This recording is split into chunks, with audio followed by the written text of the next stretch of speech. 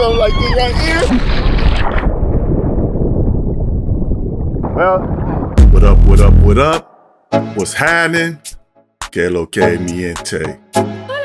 Welcome to Love, Purpose, and Passports. Hope all is well and all the passport ready, or passport getting ready. For those of you that don't know, I am Mr. Pro for you, living in Santo Domingo, Dominican Republic, with this beautiful wife of mine, this love to the purpose. Oh, I'm the love to the purpose. To the purpose and passports. The love to the purpose and passports. Oh, that's sweet. Oh. Miss Pro for you. Hi, everyone. So how you doing today, Miss Pro? I am doing wonderful. Thank you for asking. How are you, Amor? I'm great. Every time I see I'm sitting here with this fine, I like it. I like it. So this show, this is going to be a good one. We've been telling you about relationships. We've told you about long distance relationships. We've told you about fun places to go on dates. Yeah. We told you about these radical places to go and jump off walls. These excursions. Mm-hmm. You know what I'm saying? This this new eco journey we've been on. Got the drone, little Manito out there, doing this thing. So, we've been doing all these things, but one thing that we haven't touched on yet, which some of our other peoples have touched on, business opportunities in the Dominican Republic. So, Jay and Noberis, Jay Abroad, they talk about real estate, right? Mm-hmm. They talk about real estate and properties and stuff like that. The business opportunities there. Jerry and Shayla. Yeah. They talk about Airbnbs and things like that. We learned a lot about Airbnbs from them. Yeah. And so we wanted to bring what we have to the table. So we know that, this wife, well, you may not know this wife of mine is the expert, in this outsourcing and this call center industry. And so we wanted to tell you about some of the business opportunities in starting a call center here in the Dominican Republic. Well, I obviously live and work here, and I started working in the call center industry when I was a very young lady. So I have a lot of knowledge and experience from when it was just a small industry in the country till now, where it's such a big industry in the country. This is part one, and we kind of want to start off with just kind of letting you know how the call center industry got started in the Dominican Republic, things that have progressed along the way. And then we're going to move into, basically about starting a call center in the Dominican Republic. But we just want to start off with the history and everything like that. And then we'll move forward with that. People are surprised when they first come here, after they stop visiting the resorts and they go to all of the the eco places, and when they're just not doing the tourist stuff, and they look around and they look in the capital and they see, man, especially if people have been traveling from years ago and they see now, they see, wow, the growth in the country is different. It's so many business professionals here. It's incredible. And they have so many American companies that are actually located here. Like they'll have the home base in the US, but then they'll have the employees here. They're doing the back office, they're doing the sales, they're doing the finance. So many industries are here. And that's basically the gist of what a call center or the outsourcing, or some people also call it the BPO industry, right? It has a really big home base here now. It's had incredible growth within these years. It's had about a 67% increase in the number of companies in the country since it first started. So it's definitely something that's going to continue to grow.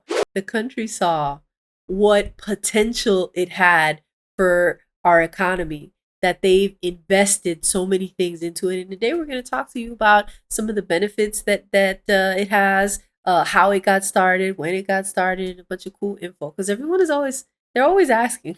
Exactly. You know, people are actually surprised. Yeah. Well, you know, as far as, you know, going into how it got started, the thing is, outsourcing itself started like maybe around the 60s and the 70s in the US, where companies, some of the major companies began to move their manufacturing divisions into other countries that had lower labor costs. Right.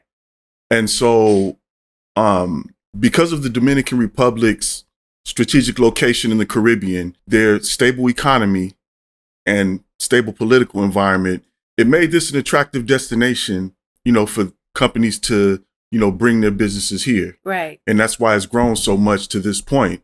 And so the call center industry here basically started like in the mid 90s and around 1995, and became more attractive because of the favorable government policies and the growing pool of educated workers. And that combination gave birth to the first major call centers here in the Dominican Republic. And they were primarily U.S. companies. So, I wasn't in the call center industry in the beginning of it, but towards the late 90s, going on to the 2000, because it started about, 95? So maybe 2000, 99, 2000. I started working in the call center industry. So I remember how it started and the change and the growth, man.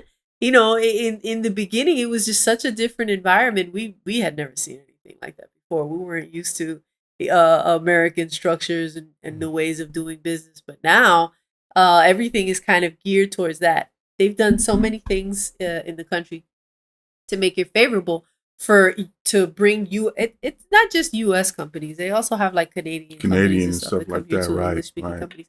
They started a really good program called Inglés por Inmersión. That's an English immersion program for college students and I guess students that just graduated high school that are going on to college.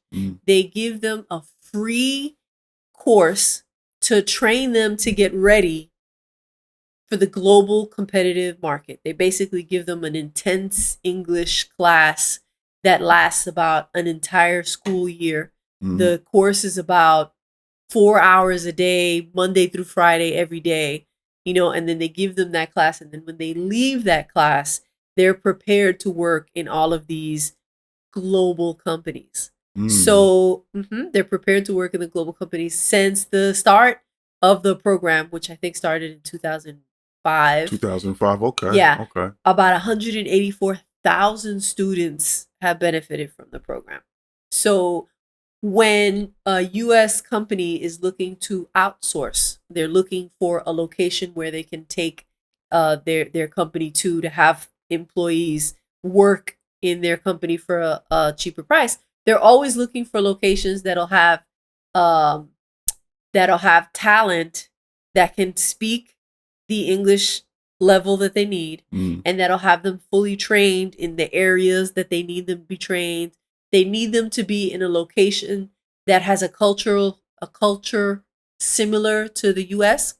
Right. So in the English immersion program, not only do they give them the English classes, but they also give them like a cultural, I don't know the actual term of the course. So it's like an orientation where they kind of show them about they basically American tell them a little bit like about U.S. culture. Like for example, we got love for the homies that be rolling with us.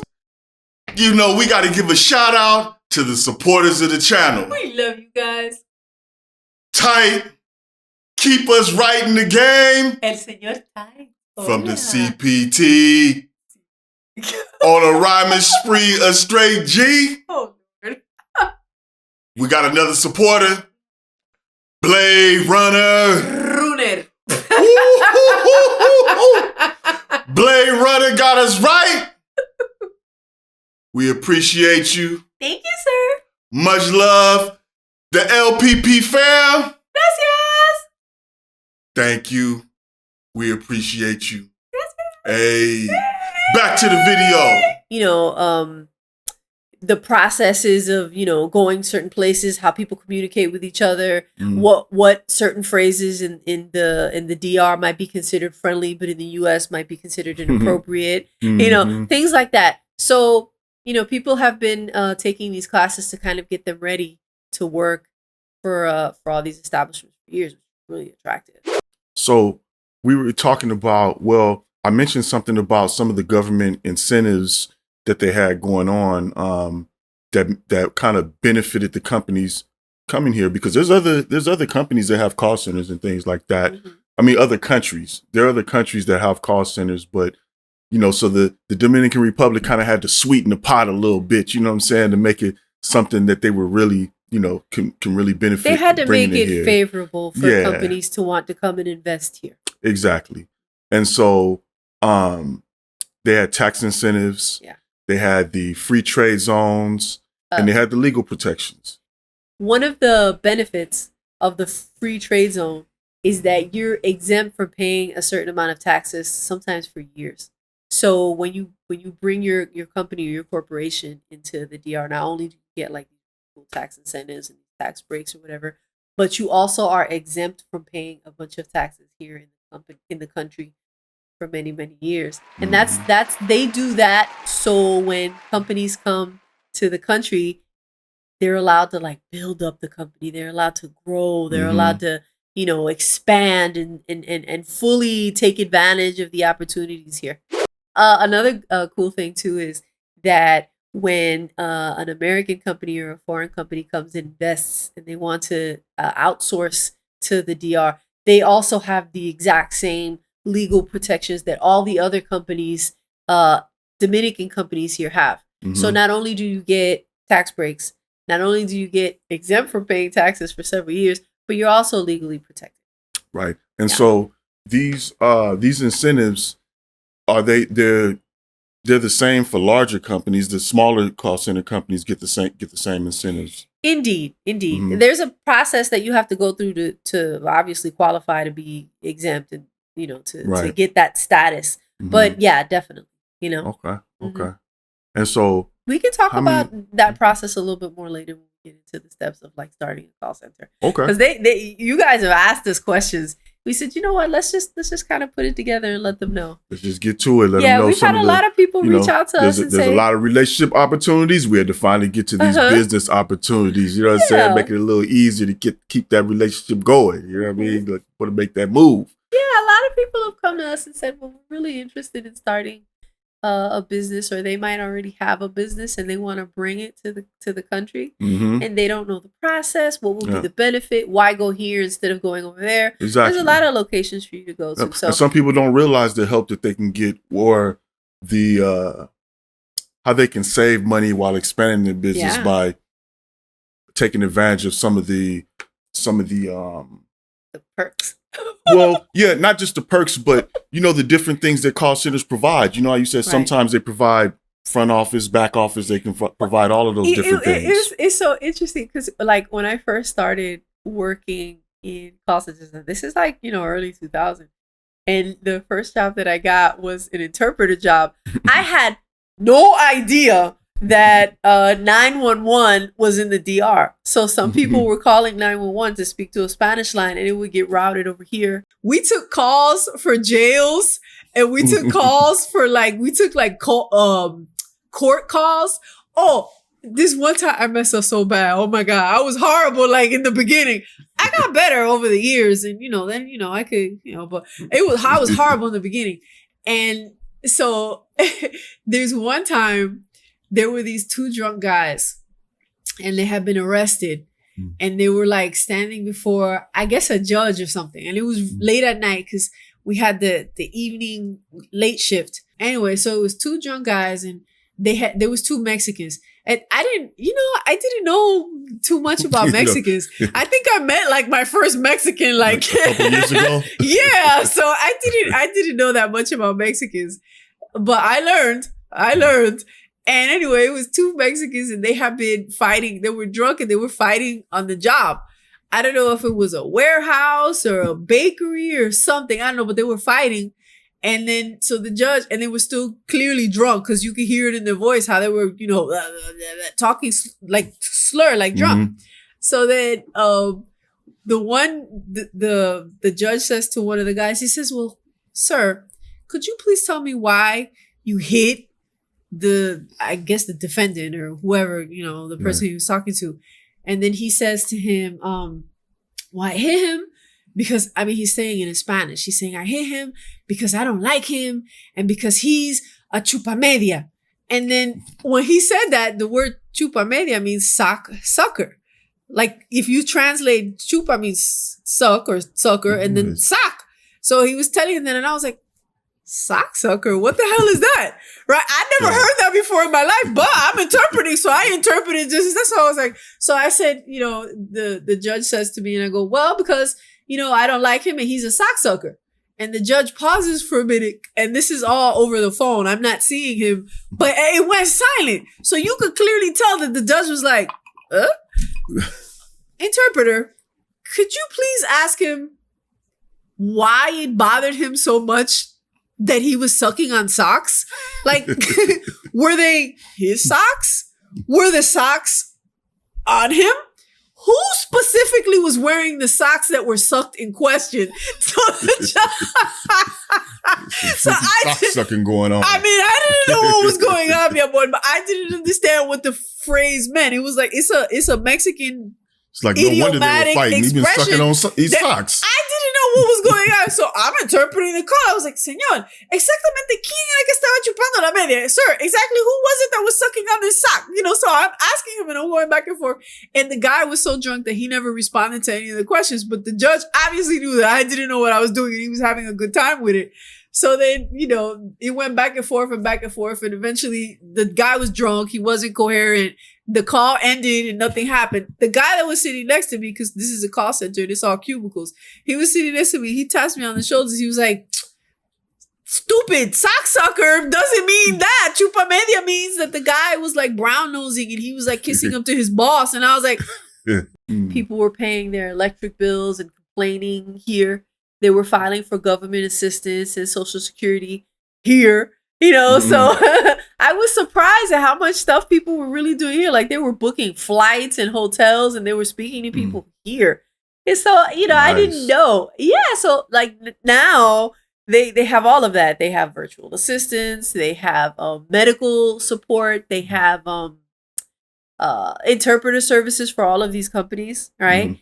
They have the back office stuff. They have they even have training and development. They have so much stuff here. They have sales. So many different things. Help center, tech support, business, chat, a lot. Web design. There's so many sales. There's a lot of sales opportunities here too. Mm. Finance, banking. You'd be surprised all the fields and industries that they have here now. Everything. So how many call centers do they have here? Right now, registered, there's about 150 call centers registered in the DR. And that's a pretty big number, but there are still more that have filed to be. I'm about to say, how many unregistered? Yeah, well, there's some you have to go through like a process. So some of them have filed and like they're going through the process or whatever. And then there are other ones that are call centers, that are, I guess, on the verge of being call centers or starting or working on it, or the startups. There's a lot of those too. This is a call center haven, and if you can call center it, this is the place. Yeah. So it's not just like those big massive call centers either, because some call centers will have 500 people working at it, like a massive.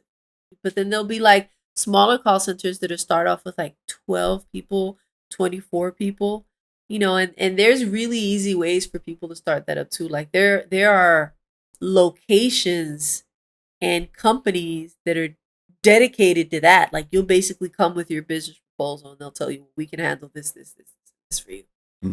So we can get into all of that. Nice. Too. Nice. Yeah. We've made it very easy for people to want to invest. There's some major, billion-dollar corporations here that have call centers, but how is that going to help you? It's not. But I'm laughing because I was gonna say, I remember I was between jobs and found a friend of mine who had decided to start his own call center. And I had a pretty good relationship with him. And so he said, okay, well, you know, I could really use your help, and we need some good people to, I said, all right. So when I went, there were only like 5 people working there. And I was like, and I'm used to working somewhere that had, you know, hundreds of people working, and I'm used to a big place. But when I went, it was actually kind of nice. It was really organized. It was small. Everyone had like their thing to do. And it was so cool because he was building it as he went along. He was working on the quality of it. So, you know, years later, the establishment grew, and he has his own little private thing going on. And now he has a lot of different campaigns working for his call center. So he started off with like 5-6 people. Yep. Yeah, and that's how a lot of people start here. That's how a lot of the entrepreneurs start. Unless you're already like affiliated or associated with like a big contact center somewhere else. You're going to start off slow and you're going to grow. Exactly. So now that's where we're going with it. Yeah. You know, these are the business opportunities for you. You know, it doesn't have to be a major corporation. You can start small, whatever your company. You may already have a business that needs call center services.